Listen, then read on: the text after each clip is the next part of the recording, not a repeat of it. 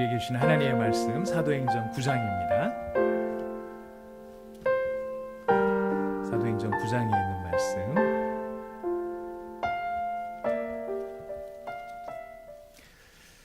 26절부터 31절까지 말씀입니다.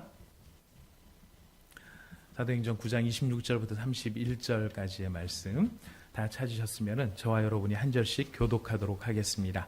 저희가 함께 교독하는 이 말씀은 지금도 살아계신 하나님의 말씀입니다. 제가 26절을 먼저 읽습니다. 사울이 예루살렘에 가서 제자들을 사귀고자 하나 다 두려워하여 그가 제자됨을 믿지 아니하니 바나바가 데리고 사도들에게 가서 그가 길에서 어떻게 주를 보았는지와 주께서 그에게 말씀하신 일과 다메섹에서 그가 어떻게 예수의 이름으로 담대히 말하였는지를 전하니라. 사울이 제자들과 함께 있어 예루살렘에 출입하며 또 주 예수의 이름으로 담대히 말하고 헬라파 유대인들과 함께 말하며 변론하니 그 사람들이 죽이려고 힘쓰거늘 형제들이 알고 가이사랴로 데리고 내려가서 다소로 보내니라. 그리하여 온 유대와 갈릴리아 사마리아 교회가 평안하여 든든히 서가고 주를 경외함과 성령의 위로로 진행하여 수가 더 많아지니라. 아멘. 사울의 회심에 이어서 그 사울을 온전케 하는 성도들의 기도, 또 그 온전케 됨으로 말미암아 사울이 다메섹에서 또 예루살렘에서 어떻게 주를 전하였는지 우리가 살펴본 바가 있습니다. 그리고 바로 그렇게 주님을 증거하는 사울의 여정 가운데 하나의 문맥이 완성이 되는데요. 그리하여 온 유대와 갈릴리아 사마리아 교회가 평안하고 든든히 서갔다라고 하는 것을 저희가 지지난주에 살펴본 바가 있습니다. 참된 평안은 외면의 환경, 외적인 환경이 어떠하든지 내면에서 이루어져야 될 일들이 잘 이루어지고 있는 상태가 평안이다라고 말씀을 드렸습니다. 그래서 우리가 그 평안함의 상태를 나무를 비유로 하여서 살펴보았습니다. 밖에 비바람이 불고 태풍이 불고 어려운 환란이 있을지라도 그 안에서 뿌리는 여전히 수분을 끌어올리고 나뭇잎들은 여전히 양분을 만들어내고 나무가 성장하는 것처럼 우리의 내면에서도 외부적인 환경이 이렇다 저렇다 할지라도 그 안에 해야 될 마땅한 일들이 이루어지는 것, 그것이 평안함이었고 초대교회는 바로 그렇게 외부적인 핍박과 환란의 환경이 있었음에도 내부적으로 해야 할 예수의 증인되는 사역들을 잘 감당하였다는 것을 우리가 살펴보았습니다. 그리고 이런 평안함을 우리가 누리기 위하여서는 그 비결이 성경에서 말씀하시는 바 주님은 우리에게 이렇게 말씀하셨습니다. 바로 예수 그리스도를 주목하는 것. 우리가 참된 내면의 평안을 누릴 수 있는 비결은 예수를 바라보는 것이고 주목하는 것이다 라고 하는 것을 살펴보았습니다. 여러분 다 기억나시죠? 오늘 굉장히 은혜가 넘치시는 것 같습니다. 예, 다 기억나시는 얼굴 표정 진심으로 감사드립니다. 예, 우리가 그런 초대교회의 모습을 보아서 평안하여 든든히 서가는 것까지 저희가 생각해 보았고요. 오늘은 같은 본문 말씀으로 주를 경외함으로 진행하는 교회라고 하는 제목으로 하나님의 말씀을 받기를 원합니다. 오늘 우리 이 시대를 하나님을 향한 경외심이 사라져버린 시대라고 이야기를 하기도 합니다. 하나님을 향한 경외심이 사라져버린 시대. 근데 이 하나님을 향한 경외심이 사라져버렸다라는 것이 세상의 문제인가? 살펴보면 그렇지 않습니다. 이것은 성도들의 문제고 교회의 상황을 이야기합니다. 우리가 흔히 시대의 이름에 뒤에 가려서 세상 뒤에 숨어서 세상이 하나님을 향한 경외심을 잃어버렸다라고 말을 하는데요. 하나님을 향한 경외심을 잃어버린 것은 우리이지 세상은 아닙니다. 세상은 원래 하나님을 알지 못했던 곳이고요. 시대에 경건치 못함 뒤에 우리들이 하나님을 향한 경외심을 잃어버렸다는 사실을 숨기기 위해서 시대 뒤에 숨어버리는 경우들이 있죠. 우리 신앙의 본질은 하나님과의 관계입니다. 하나님과 바른 관계를 맺고 있는 성도, 하나님과 온전한 관계를 맺고 있는 성도는 바로 하나님을 경외하는 사람이라고 성경은 이야기하고 있습니다. 역설적이게도 크리스찬이라고 하면서 우리가 그리스도인이라고 하면서 우리가 하나님을 바르게 경외하지 않는다면 누가 우리를 깔보느냐 하면은 역설적이게도 세상이 우리를 깔보게 되고요. 누가 우리를 존경하지 않느냐면 우리의 자녀들이 우리를 존경하지 않게 됩니다. 경외라고 하는 것이 바로 신앙에 있어서 하나님과의 관계에 있어서 가장 핵심이 되는 단어라고 말할 수 있습니다. 이 경외는 사전적으로는 이런 성경 사전적인 의미에서는 이런 의미를 가지고 있습니다. 헬라어로 이게 포보스, 영어로 포비아 뭐 이런 거랑 비슷한데요. 공포심, 두려움, 놀람, 경악, 공경, 존경, 또 경외 이렇게 번역이 되는 말, 바로 그것이 포보스라고 하는 말입니다. 우리가 읽은 본문 사도행전 9장 31절에서 이 포보스라고 하는 말은 하나님에 대한 두려움과 경외, 존경이라는 의미로 사용이 되었습니다. 여러분 다 읽으신 것처럼 그리하여 온 유대와 갈릴리와 사마리아 교회가 평안하여 든든히 서가고 주를 경외함과 성령의 위로로 진행하여 수가 더 많아지니라 라고 주를 경외한다라는 말로 번역이 됐습니다. 여러분 고린도후서 7장 1절을 한번 같이 찾아가 볼까요? 이 포보스라는 말이 여기서는 어떻게 번역이 되었는가? 고린도후서 7장 1절입니다.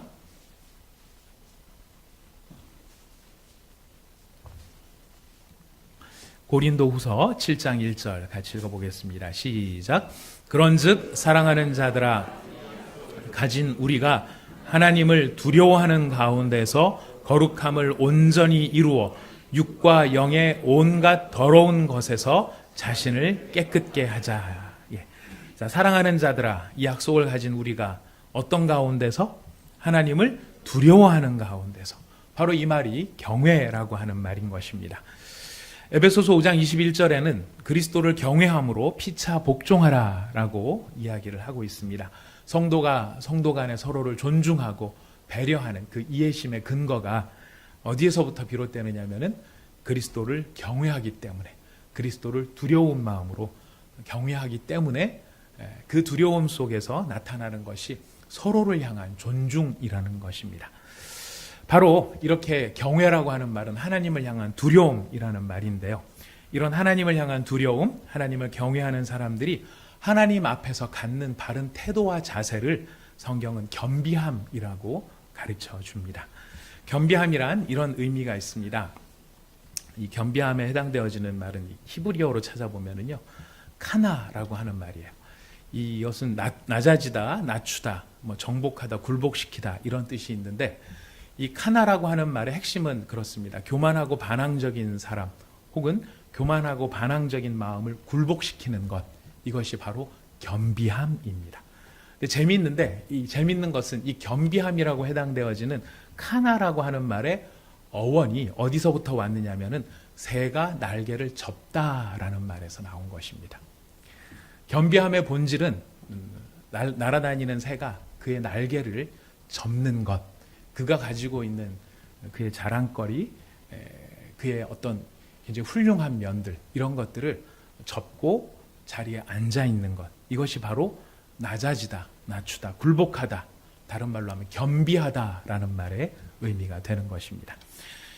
이 강조점은 어디에 있느냐면은 교만한 마음, 또 하나님 없이 자기 멋대로, 새가 멋대로 날아다니는 것처럼 그렇게 멋대로 독립해서 날아다니는 마음, 그런 마음을 낮추는 것이 겸비함인데요. 이 말의 의미를 우리가 새겨보자면 한 사람이든 한 민족이든 하나님 앞에서 오만하고 자만한 그런 상황에 있는 한 하나님께서는 그들을 위해 아무것도 하실 수가 없다. 인간이 하나님 앞에서 오만하고 자만한 그 태도들을 버리지 않는 한 하나님께서는 어떤 일도 하시지 않겠다라고 하는 말이 여기에 담겨 있는 것입니다. 바로 이 겸비한 자세를 통해 하나님을 경외하는 것. 어떤 자세를 통해서요? 겸비한 자세를 통해서 하나님을 어떻게 하는 것이요? 경외하는 것. 자, 이것이 바로 신앙의 본질인 것입니다. 여러분, 오늘 우리가 읽은 본문 사도행전 말씀 보면은 온 유대와 갈릴리와 사마리아 교회가 평안하여 든든히 서갔다, 세워졌다. 우리가 지난 시간에 생각해 보았죠. 그리고 그 교회들마다 양적인 부흥, 그 수가 늘어났다라고 하는 양적인 부흥을 자연스럽게 경험하고 있습니다. 그런데 여러분, 이런 자연스러운 부흥을 경험하는 두 가지 이유가 있습니다. 교회가 성장했던 두 가지 이유. 오늘 본문 말씀은 뭐라고 이야기를 하고 있죠? 주를 경외함과 성령의 위로하심. 부흥의 비결은 다른 것이 아니었습니다. 다른 것이 될 수도 없습니다. 교회가 주를 경외하고 성령의 위로하심이 있을 때 그 교회가 비로소 건강하게 성장할 수 있게 된다는 것입니다. 여러분, 우리가 개인적이 됐든 공동체적이 됐든요, 기왕에 시작한 일이라면 잘 되기를 바랄까요? 잘못되기를 바랄까요? 다 잘 되기를 바랍니다. 사업을 해도 그렇고, 내가 회사를 다녀도 그렇고, 결혼을 해도 행복하게 살기를 바라죠. 아이를 낳아도 육아를 해도 다 잘 되기를 바랄 것입니다. 잘못되기를 바라는 사람이 한 사람도 없을 것입니다. 교회도 마찬가지입니다. 하나님의 은혜와 품으신 뜻 가운데서 교회 공동체가 몇 년도에 어떻게 시작했다 할지라도 기왕에 세워졌으면 그 교회가 건강하게 성장하고 질적으로나 양적으로나 부흥하기를 원하지 않는 사람은 한 사람도 없을 것입니다. 자, 그렇다면 우리가 그 방법을 찾아야 되겠죠. 어떻게 하면 가정이 바로 서고, 어떻게 하면 회사가 바로 서고, 어떻게 하면 교회가 바로 설 수 있는가? 그 비결은 딱 두 가지밖에 없습니다. 무엇과 무엇입니까? 하나님을 향한 경외와 성령의 위로하심. 이 두 가지밖에 없다는 것입니다. 어느 교회는요, 아마 들어보신 분들 많이 계실 거예요. 감자탕집 2층 상가에서 시작한 교회가 있었어요. 거기는 앉을 자리도 변변치 않고 설교를 잘 들을 수 있도록 이렇게 잘 들리지 않는 계단에서 사람들이 예배를 드리고 갔습니다. 주차장 시설도 별로 안 좋고요. 아주 굉장히 환경적으로 열악했는데, 근데 그런 교회가 계단에서 예배를 드리고 가도 성도들이 은혜를 받고 가는 교회가 있어서 크게 성장한 교회가 있습니다. 책도 나왔었습니다. 감자탕 교회라 그래서. 광염교회라는 교회죠. 우리가 잘 아는 교회입니다. 자, 그런데 어떻게 그렇게 성장을 할 수 있었을까요? 여러 가지 외적 요인이 많이 있었을 수도 있고요. 내적인 요인도 많이 있었겠지만 교회에 관한 한 핵심은 늘 한 가지입니다. 무엇과 무엇? 하나님을 향한 경외, 성령의 위로하심. 우리는 외적인 여러 조건과 환경이 좋아지면 더 교회가 잘 성장할 수 있을 것이라고 생각합니다. 여러분, 만약 그렇게 성장하면 사실 문제는 더 심각해집니다. 그런 이유 때문에 교회가 성장했다. 그거는 성령께서 하시는 일이 아니라 하나님을 경외함도 없고 성령의 위로함도 없는데 그냥 우리가 실력이 좋아서 만들어낸 교회라고 한다면 그것은 그리스도의 교회라고 말하기가 어렵게 되기 때문에 그렇다는 것입니다. 그래서 우리는 오늘 이 본문 말씀, 성경의 가르침이죠. 우리 하나님의 말씀을 근거로 해서 진지하면서도 정직한 마음을 가지고, 자, 그렇다면 어떻게 해야 우리가 하나님을 경외할 수 있는가? 어떻게 하는 것이 하나님을 두려워하는 우리의 마음가짐이 되는 것인가? 바른 신앙의 모습이 될 것인가? 하는 것을 우리가 살펴보기를 원합니다. 이 하나님의 말씀 여러분 경청해 보시기를 바라겠습니다. 우리가 경외를 배울 때 오늘 세 군데의 성경을 좀 찾아볼 것입니다. 그리고 본문이 조금 길 수도 있습니다만은 재미있는 본문들이기 때문에 여러분들 한번 읽어보시기를 바라고요. 또 잘 아시는 본문이지만 말씀 구절 구절마다 성령께서 우리에게 무엇을 말씀하시는가를 우리가 새겨보면서 말씀을 읽어보기를 원합니다. 열왕기상을 한번 찾아가 보겠습니다. 열왕기상 21장 말씀입니다. 열왕기상 21장 17절부터 29절까지의 말씀이 되겠습니다. 열왕기상 21장 17절부터 29절입니다. 주를 경외함이 어떤 모습으로 나타나는가 성경의 실예들인데요. 다 찾으셨으면 제가 17절 먼저 읽고 우리 한 절씩 다시 한번 교독해 보겠습니다.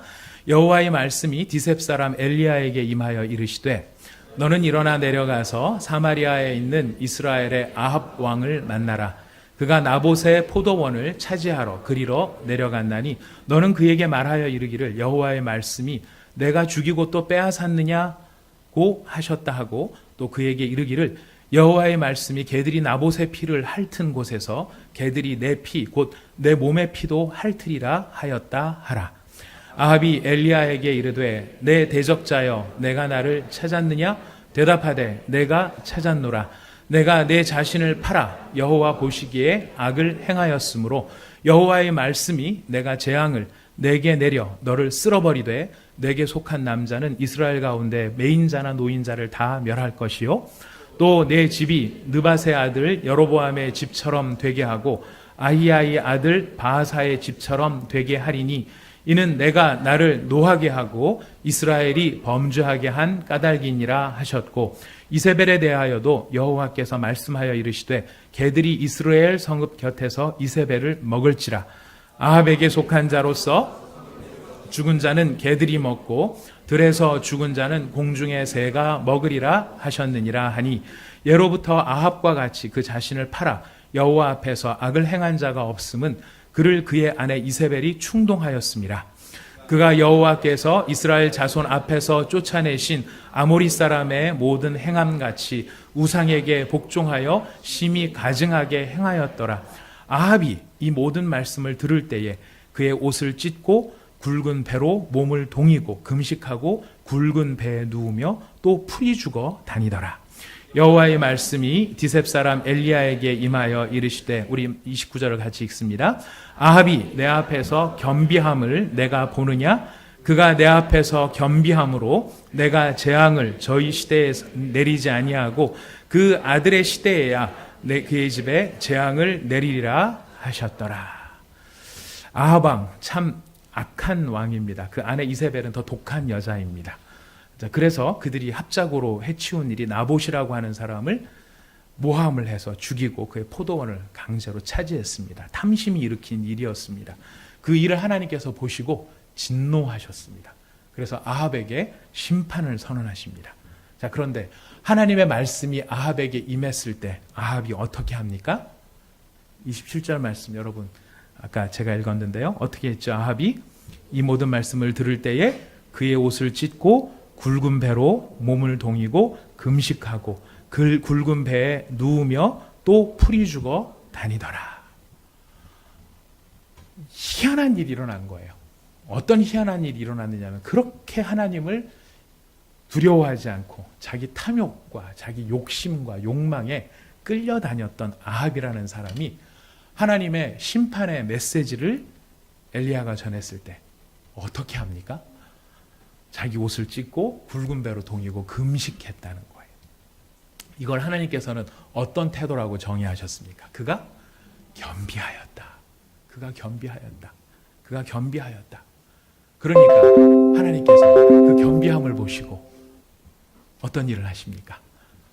그가 당해야 될 재앙을 그의 아들대로 미루어 주셨다는 거예요. 저는 이 말씀을 읽으면서 사실 조금 경악스러웠습니다.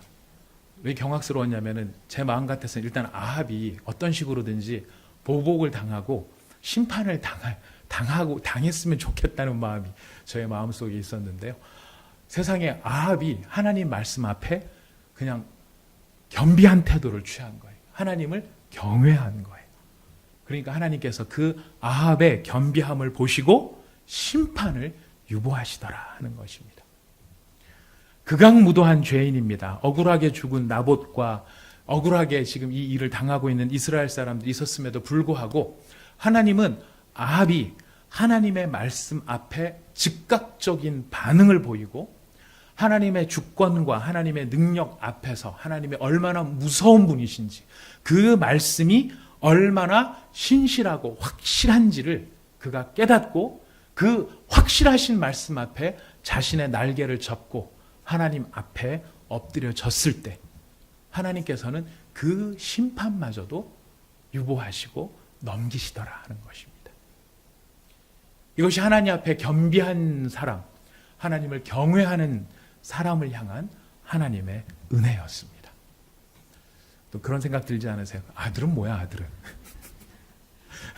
아들은 뭔데? 이렇게 생각이 드실 수 있어요. 근데 이 말씀은 아들 때 이것을 옮기겠다라고 하는 말의 의미는 뭐냐면 아합에게 내릴 심판을 하나님께서 유보하시겠다는 거죠. 그 이야기는 뭐냐면 그 아들이 아합과 같이 하나님을 경외하고 겸비하다면 이 심판은 또 어떻게 되겠습니까? 유보가 되는 것이겠죠. 유보가 되는 것입니다.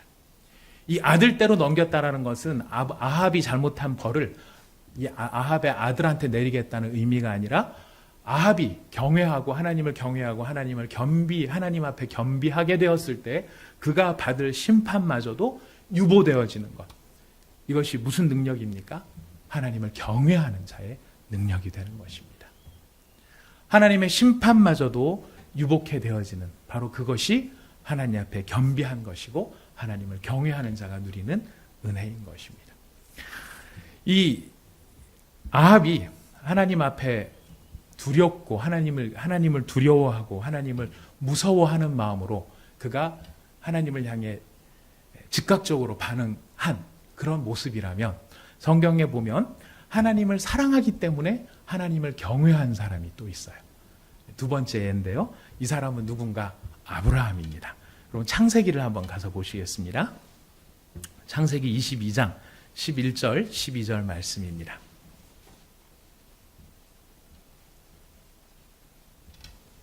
창세기 22장 11절 12절 말씀 같이 읽어보겠습니다. 시작. 여호와의 사자가 하늘에서부터 그를 불러 이르시되 아브라함아 아브라함아 하시는지라. 아브라함이 이르되 내가 여기 있나이다 하매 사자가 이르시되 그 아이에게 내 손을 대지 말라. 그에게 아무 일도 하지 말라. 내가 내 아들 내 독자까지도 내게 아끼지 아니하였으니 내가 이제야 내가 하나님을 경외하는 줄을 아노라. 성경에서 경외라는 말이 최초로 등장하는 대목입니다. 여러분, 하나님을 두려워하고 그의 말씀 앞에 엎드려지는 경외가 어느 정도까지의 수준을 요구하는가? 바로 아브라함이 이삭을 바치는 바로 그 모리아산의 현장이 하나님을 바르게 경외하는 사람의 모습이라는 것을 보여줍니다. 자, 그런데 하나님 앞에 아브라함이 이렇게 하나님을 경외하게 된 것은 어미하신 하나님의 말씀, 또 엄중하신 하나님의 말씀 안 들으면 어떤 큰 불행한 일이 일어날까 하는 두려움 속에서 일어난 것이 아니라 지금 아브라함이 하나님을 경외하는 데는 하나님을 신뢰하는 마음이 그에게는 더 컸다는 것입니다. 여러분, 지난번 우리가 창세기 교재를 다락방에서 다룰 때 아마 이 부분들을 참여하신 분들은 많이 다루셨을 텐데요. 아브라함이 하나님께서 아브라함에게 모리아산에서 네 아들 이삭을 바쳐라 했었을 때 아브라함이 하나님 앞에 순종했던 그 모습은 한마디로 군더더기가 없는 순종이었었습니다. 쉽게 정의할 수 있죠. 하나님 앞에 순종을 하는데 아브라함이 하나님 앞에 어떤 모습으로 순종했는가? 군더더기가 없었어요. 어떤 면에서 군더더기가 없었는가? 하나님께서 그 말씀을 하실 때 하나님 앞에 따지지 않았습니다. 주실 때는 언제고 이렇게 따지지 않았습니다. 혹은 주저하지도 않았습니다. 하나님 혹시 잘못되신 거 아닌가요? 저도 제 다음에 아브라함이 그런 걸 알았을 리는 없겠지만은 저의 다음에 나중에 이제 기드온이나 이런 사람들이 하나님 양털 시험 같은 걸 하잖아요. 아브라함도 충분히 그랬을 법 싶습니다. 하나님 앞에서 확실한 증거를 보여주십시오. 하나님이 이 말씀을 하셨다는 확실한 물증을 제공해 주십시오. 이렇게 할 수도 있었을 텐데 하등에 그런 말을 하지도 않았습니다. 군더더기가 없었다는 것은 다른 누구와 상의하지도 않았다는 것입니다. 부인한테도 누구한테도 이야기하지 않고 혼자 그 마음을 받았습니다. 그리고 그 말씀을 따라 지키는 일에 주저함이 없었습니다. 여러분 기억하실 것입니다. 나무도 누가 준비해요? 아브라함이 준비를 해요. 이 창세기 나중에 찾아보십시오. 모든 그 하나님의 말씀을 순종하는데 다른 사람의 힘을 빌리지 않았어요. 아침 일찍이 일어나서 즉각적으로 순종을 합니다. 군더더기가 없는 바로 그것은 아브라함이 하나님을 향해 깨달은 하나님이 어떤 분인가 하는 것인데요. 두려우신 하나님 그리고 어미하신 하나님이십니다. 하지만 그 하나님이 두렵고 어미하신 분만이 아니라 하나님은 신실하신 하나님이시고 정확하신 하나님이시고요. 분명하신 하나님이십니다. 그리고 무언가를 행하실 때는 확실하게 행하시는 하나님이시고 무엇보다 전능하신 하나님이라는 것을 깨달았기 때문입니다. 그 모든 하나님의 이런 하나님 되심의 상징이 누구였습니까? 바로 이삭이었죠. 아브라함의 불가능과 불신에도 불구하고 태어난 이삭이 있었어요. 이 이삭을 바치라는 하나님의 요구는 사실 그 뜻을 헤아리지 못했을 때는 독생자 외아들을 내어놓으라는 잔혹한 잔인한 요구처럼 들리지만 나중에 결과를 놓고 보면 이것은 어떤 의미가 있는 사건이었습니까? 아브라함의 불가능과 불신의 상징이었던 이삭을 이제는 그만 내려놓으라는 것입니다. 하나님을 경외하라는 의미도 있지만 부끄러운 과거를 청산해버리게 만드시는 하나님의 신실하심이 여기에 담겨 있는 것입니다. 하지만 아브라함은 그 결과도 모릅니다. 나중에 이 일이 이렇게 될 거라고 하는 이 최종적인 자기가 누리게 될 그 복을 전혀 알 수도 없는 상황입니다. 그러나 그럼에도 불구하고 하나님이 말씀하시니까, 하나님이 원하시니까, 하나님이 하라고 하시니까 내가 그 뜻을 알지는 못할지라도 믿을 만한 하나님을 향해 그의 신뢰를 보이는 그 사랑의 마음, 그것이 바로 경외라고 하는 말로 나타났던 것입니다. 여러분, 초대교회 성도들이 이와 같았습니다. 아브라함 이삭을 바치는 것과 같이요. 성령 임재 후에 성령께서 그들의 마음에 임재하셔서 그들의 마음에 말씀하시니까요. 예수님의 부활의 증인이 되기 위해서 즉각적으로 세상을 향해 달려나갔어요. 베드로와 요한이 나면서 걷지 못하던 사람의 손을 붙잡아 일으켜 세울 때도 사실 예수님의 이름으로 명하노니 일어나 걸으라 말했을 때 결과를 알았을까요? 몰랐을까요? 저는 몰랐다고 생각이 됩니다. 일어나 걸으라고 하는 명령을 하지만 이것이 어떤 결과로 나타날지 알지는 못했지만 마음속에 누가 말씀하셨을까요? 성령께서, 예수의 영인 성령께서 붙잡아 일으키라고 말씀했을 때 그를 붙잡아 일으켰던 것입니다. 7 집사를 세울 때도 그랬고요. 스데반이 죽음의 순간에도 원수들을 위해 축복하면서 복을 빌 때도 하나님을 경외하는 마음으로 복을 빌게 됩니다. 사마리아의 복음을 전하고 이디오피아 내시에게 세례를 주었던 빌립도 그러하였습니다. 그리고 교회를 박해하기 위해서 살기 등등하게 찾아왔던 사울을 찾아가서 그를 회복시키라는 말을 듣고 그 하나님의 말씀 앞에 묵묵히 순종하여 한 아나니아라는 사람도 마찬가지로 하나님을 경외하는 사람이었다는 것입니다. 뜻도 모릅니다. 결과가 어떻게 될지 알지도 못합니다. 자신의 생각이 없는 것도 아닙니다. 분명히 나름대로의 생각이 있습니다. 그렇지만 그런 가운데서도 마음 가운데 말씀하시는 예수의 영, 곧 성령 하나님의 말씀에 이렇게 즉각적으로 순종하고 반응할 수 있는 것, 바로 그것이 하나님을 두려워하는 마음, 하나님을 경외하는 것이라고 성경은 이야기합니다. 오늘날 제가 서두 부분에서도 말씀드렸지만 크리스찬들이 갖는 이 시대의 가장 큰 문제는 하나님을 경외함이 사라졌다는 것이. 하나님의 말씀이 아무리 말씀으로 선포돼도 그것은 하나님 말씀이고 하나님 말씀대로 살면 세상에서 성공 못하는 것도 있지만 하나님 말씀대로 살면 내 하고 싶은 내 욕심과 욕망을 채울 수가 없기 때문에 그 하나님의 말씀을 외면하기도 합니다. 내 편의에 따라서 하나님의 말씀을 왜곡해서 지키거나 지킬만 하면 지키거나 지킬 상황이 없으면 다른 것으로 때우려고 하는 그런 태도들, 바로 그런 태도들이 무엇이 없는 태도입니까? 하나님을 경외함이 없는 태도라는 것입니다. 그런 하나님을 경외하는 그런 경외심이 사라져버린 바로 그것이 우리 신앙의 문제의 근본이 되겠죠. 자, 그렇다면 우리는 어떻게 하면 이 하나님을 향한 경외심을 키울 수 있을까요? 어떻게 하면 이 하나님 앞에 바르게 하나님을 경외하는 사람으로 설 수 있을까요?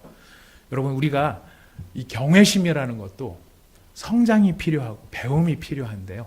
이 경외심을 배워야 하는 것이 필요하다. 오늘 마지막 세 번째 사례입니다. 사무엘의 이야기입니다. 우리 사무엘상 3장을 한번 찾아가서 보시겠습니다. 사무엘상 3장 1절부터 9절까지의 말씀입니다.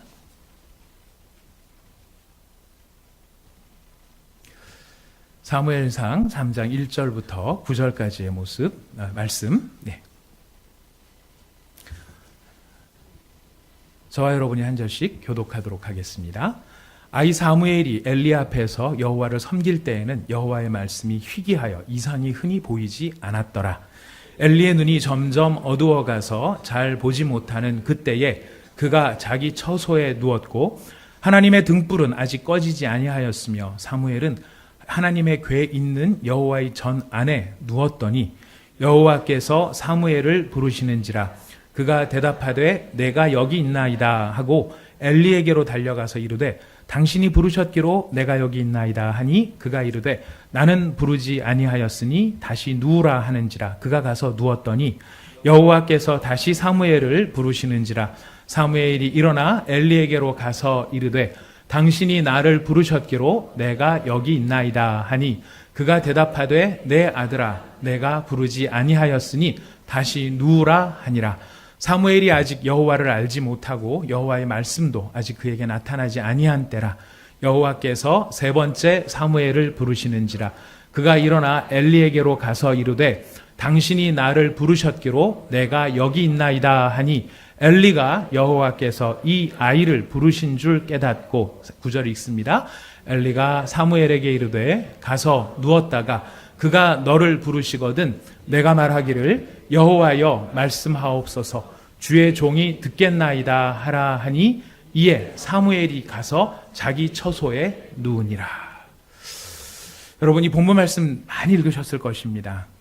평소에 어떻게 읽으셨는지 잘 모르겠습니다만 여러분 뭐 이상한 점이 좀 있지 않습니까? 전 제가 생각해도 참 이상한 목사 같습니다. 성경 읽으면 자꾸 이상한 점 뭐 없냐고 물어보는데요.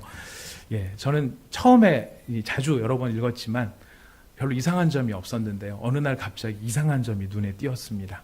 그것은 무엇이냐면 사무엘이 하나님의 음성을 듣고 있지만 그것이 하나님의 음성인 줄을 모르고 있더라는 것입니다. 하나님의 음성을 듣고 있는데 그게 하나님의 음성인 줄을 모르고 있는 상태예요. 몇 번이나? 3번이나. 3번이라는 말은 무슨 뜻일까요? 완전히 못 알아듣고 있다는 거예요. 3번씩이나 불렀는데 3번씩이나 이야기하는데 사무엘은 그게 하나님의 말씀인지 분간을 못하니까 누구의 말이라고 생각합니까? 엘리, 사람의 말이라고 생각해요. 저는 여기에서 한 가지 희망을 얻었습니다. 그것은 무엇이냐면 하나님의 말씀이지만 하나님의 말씀으로 못 알아듣고 사람의 말로 알아들을 수 있는 성도가 부지기수인 오늘날의 상황에 바로 이 말씀이 우리에게 희망이 되겠다라는 생각이 드는 거예요. 여러분들 하나님 성경 말씀을 읽을 때 진정으로 이 말씀이 하나님의 말씀이고 그 하나님이 어미하시고 거룩하신 하나님이시기 때문에 내가 이 말씀 앞에 두려움과 떨림으로 이 말씀을 받아야 되겠다. 이런 말씀으로 말씀을 받으시고 계십니까? 그러신다면 참 잘하고 계십니다. 근데 많은 경우에는 그냥 기록되어 있는 글자들을 읽고 지나가는 경우가 많습니다. 또 어떤 경우에는 설교자가 어떤 이단 사설을 말하거나 잘못된 이야기를 하고 있는 상황이 아니라고 한다고 하면 그 사람의 형편과 모습과 처지에 상관없이 말씀을 듣는 자들은 어떤 마음으로 말씀을 들어야 됩니까? 거룩하신 하나님께서 지금 우리에게 주시는 하나님의 말씀이라고 하는 자세로 그 말씀을 들어야 되는데 우리는 그 말씀을 평가하는 시대에 살고 있죠. 저도 이 어플리케이션에 어떤 어플리케이션을 들어보면 한 주간에 전국에서 유명한 목사님 설교가 월요일만 되면 쫙 올라와요.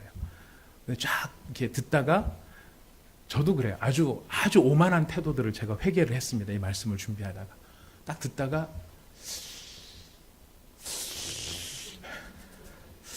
좀 거시기 한데 좀 이거는 아닌 것 같은데 5분 듣다가 아니야 10분 듣다가 아니야 어떤 건 딱 듣자마자 본문 읽자마자 이거 아닌 것 같아. 근데 이런 저의 모습을 보면서 야 네가 지금 하나님 말씀 아래에 있냐 네가 하나님 말씀 위에 있냐 내가 왜 이런 하나님 말씀 위에 있는 태도로 군림하게 되는가.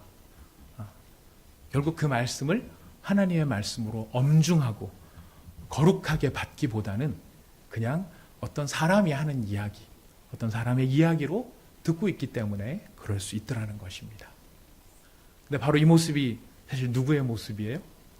오늘 본문 읽어보니까 사무엘의 이야기더라는 거예요. 사무엘도 대선지자 사무엘도 이것이 하나님께서 하시는 말씀인지 엘리가 하는 이야기인지를 분간을 못하다 보니까 하나님 말씀을 듣는데도 사람 이야기처럼 듣고 사람한테 반응을 보이더라는 것입니다. 자, 그런데 이것이 하나님의 말씀이라는 것을 그리고 하나님의 말씀을 어떻게 들어야 하는가를 누가 알려줍니까?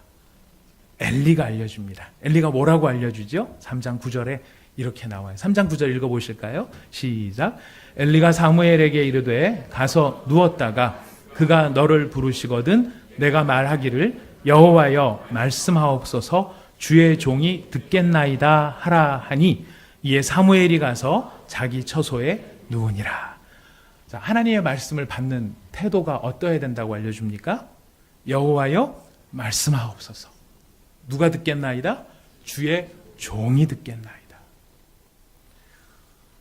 하나님을 경외하는 자의 가장 중요한 특징은 주님 말씀하여 주옵소서. 근데 오늘날 우리들은 기도가 강조가 되는 세대, 어떤 면에서는 기도를 강조하는 얘기가 되다 보니까 주의 말씀을 듣기보다는 내 이야기를 들으라고 할 때가 훨씬 많이 있습니다. 내 이야기 좀 들어보세요. 내 생각 좀 들어보세요. 내 입장 좀 살펴보세요. 그러나 경외하는 자는 어떤 자입니까? 듣는 자입니다. 듣는 자. 들으려 하는 자입니다. 어떤 태도로 듣는 자입니까? 주의 종이 듣겠나이다. 저는 종입니다. 종으로서 듣겠나이다. 종으로서 듣겠나이다는 이런 거예요. 여러분 음식점에 가면 벨 있죠? 띵동 하거나 땡 치는 거 있습니다. 땡 칠 때 요즘 종은 아니지만 서빙 하시는 분들이 즉각 달려올 때 어떻게 달려옵니까? 손님 듣겠나이다. 말씀하여 주옵소서. 무엇이 필요하십니까? 바로 이것이 종의 자세로 듣는 모습인 거예요. 땡 하고 쳤는데 서빙하는 사람이 막 달려와서 손님 부르지 마시고 엔간하고 그냥 드시죠? 라고 한다 그러면 그것이 서빙하는 사람의 자세가 아니겠죠. 땡 칠 때는 얼른 달려올 때 어떻게 하기 위해서? 듣기 위해서. 무엇으로서? 종으로서 서브하기 위해서. 바로 그런다는 것이. 음식점 종업원도 손님한테 이런 자세를 취할 줄 아는데 거룩하신 하나님을 향하여 하나님 앞에 부름을 받은 자로서 오늘날 우리가 하나님 앞에 어떤 모습을 가져야 되는가? 바로 엘리는 사무엘에게 하나님을 경외하며 하나님 앞에 겸비한 자로서 어떻게 해야 되는가를 알려주는 것입니다. 그러니까 우리는 어떤 훈련을 해야 됩니까? 듣는 훈련을 해야 되고요. 듣되 어떤 자세로 들어야 하겠습니까? 종의 자세로. 곧 말씀하시면 그 말씀대로 하기 위한 자세로 들어야 한다는 것입니다. 그것이 바로 겸비함의 모습이고 자신의 화려한 날개를 접는 태도가 되는 것입니다. 이런 겸비함이 없다면 아무리 엄청난 하나님의 말씀을 그에게 쏟아부어 주어도요, 겸비함이 없는 사람에게는 자신의 그 화려한 날갯짓 아래 날아가 버리는 먼지와 같이 돼버리는 것이 하나님의 말씀이 되는 것입니다. 하나님은 얼마든지 말씀하세요. 저는 저대로 날아갑니다. 이것은 겸비한 자가 갖는 태도가 될 수 없다는 것입니다. 근데 여러분 오늘 이 본문 사무엘상 본문 말씀 가운데요, 이 사무엘을 통해서 우리가 희망을 얻고 이 경외심을 배우는 그런 참 아름다운 본문입니다만은 이 본문 가운데서 여러분 사실 제일 불쌍한 사람이 한 사람 등장해요. 누가 제일 불쌍해요? 엘리예요. 엘리가 왜 불쌍해요? 여러분 엘리가요 사무엘한테 하나님의 말씀을 들으려면 이렇게 들어라 하는 것을 가르쳐 주는 걸 보니까 엘리는 경험이 있는 사람이에요? 없는 사람이에요? 있는 사람이라는 거예요. 무엇에 대한 경험이 있느냐면은 하나님의 말씀을 들었던 사람이에요. 과거에는 하나님의 말씀을 들었고 과거에는 하나님을 향한 경외심이 있었고 하나님을 향한 겸비함을 가지고 있었던 사람이에요. 그리고 그 하나님 앞에서 말씀을 들으려면 어떤 자세로 들어야 하는지도 알고 있었던 사람이에요. 그러나 지금은 어떻습니까? 자신의 가장 가까운 곳에서 하나님께서 사무엘에게 이야기하고 있지만 엘리는 아무것도 들을 수 없는 사람이었어요. 과거에 그가 얼마나 놀라운 은혜를 받고 있었다 할지라도 지금 이 순간 바로 오늘날 내가 지금 하나님의 음성을 들을 수 없는 사람이라고 한다면 그것은 굉장히 불쌍한 사람일 것이고 사실 불쌍한 정도를 넘어가요. 왜냐하면 이 일이 나중에는 자기 두 아들 홈니와 비느하스가 죽임을 당하고 자기도 죽음을 당하는 비극으로 이어지기 때문이에요. 저는 엘리를 보면서 너무 애통했던 것이 무엇이냐면, 지금 하나님께서 사무엘에게 나타나 말씀을 하신다는 걸 알면서도 정작 엘리는 왜 하나님 저에게는 말씀하시지 않으시나요? 저도 주의 음성을 듣기를 원합니다. 저도 주님 앞에 다시 그 은혜를 회복하기를 원합니다. 이런 모습이 뒤에 가도 한 번도 나타나지 않는다는 것입니다. 어떻게 하나님의 음성을 듣는지도 아는 사람이지만 정작 지금 하나님을 경외함이 사라져버리고 지금 하나님 앞에 겸비함이 사라져버린 사람이라면 그는 하나님의 음성을 들을 수 없다는 것입니다. 하나님을 경외함이 없이 자신의 날개를 접지 않은 겸비함이 없는 사람, 얼마나 비참할 것인가. 여러분, 놀라운 것은요, 하나님을 경외함이 없어도 목사로 사역할 수 있어요. 하나님이 겸비함이 없어도 교사할 수 있고요. 하나님을 경외하는 마음이 없어도 순장하실 수 있습니다. 하나님을 경외하는 마음 없이 봉사도 하고요. 노래도 불러요. 찬양팀도 하고 찬양대도 할 수 있어요. 중보기도자도 될 수 있고 전도자도 될 수 있고 선교사도 될 수 있어요.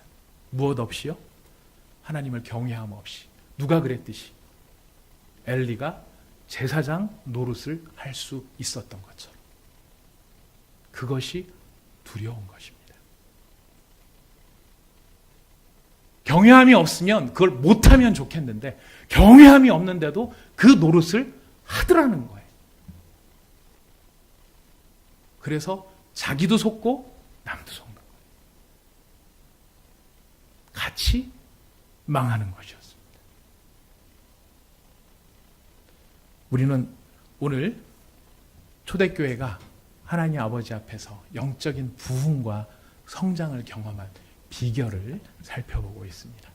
그 비결의 첫 번째 비결 오늘 생각해 봤는데요. 무엇을 경외함이 있었다고요? 주를, 하나님을 경외함이 그들에게 있었다. 오늘 우리가 우리의 개인의 삶에서나 우리의 가정의 삶에서나 우리의 교회의 삶 속에서 하나님이 일으켜주시는 부흥과 회복과 은혜를 경험하기를 원한다면 우리 자신에게 회복되어야 될 것이 무엇일까요? 바로 주를 경외함의 모습입니다. 하나님의 말씀을 들어야 하는 모습입니다. 여러분의 날개를 접어야 하는 모습이 필요한 것입니다. 여러분, 이런 일들을 통해서 여러분이 복을 받고 여러분 가정이 복을 받고 우리가 함께 복을 받을 수 있는 귀한 은혜가 넘치시기를 바라겠습니다. 같이 기도하도록 하겠습니다. 하나님은 우리에게 복을 주시기를 원하십니다. 엘리가 참 애통스러운 거는 아합과 비교가 돼서 그래요. 아합은 그 극악무도한 사람이었지만 그가 하나님 앞에 겸비함을 회복하고 하나님을 경외했을 때 하나님께서는 그에게 당면한 심판마저도 유보를 해주십니다. 하지만 과거에 참 큰 은혜를 받고 대단한 것을 경험했었던 사람이었다 할지라도 오늘날 주를 경외함이 없고 주를 향한 겸비함이 사라져버린 사람은 과거에 그 어떤 것도 그의 미래를 보장해주지 못했다는 것을 우리가 보게 됩니다. 이 사례를 통해서 주님은 우리에게 무엇을 말씀하십니까?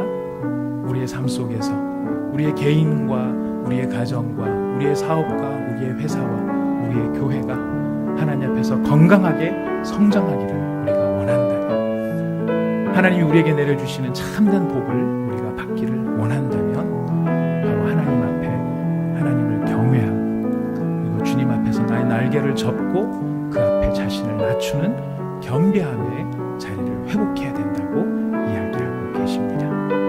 오늘 시간 함께 기도할 때 주님, 우리가 사무엘처럼 한 번, 두 번 사실 그렇게 부족한 점이 있을 수 있습니다. 하지만 사무엘이 하나님을 경외하는 법을 배웠던 것처럼 우리도 저도 하나님을 경외하는 법을 바르게 배우기를 원합니다. 주님 말씀하여 주옵소서. 주의 종이 듣겠나이다. 주님 앞에 이런 사람으로 살기를 원합니다.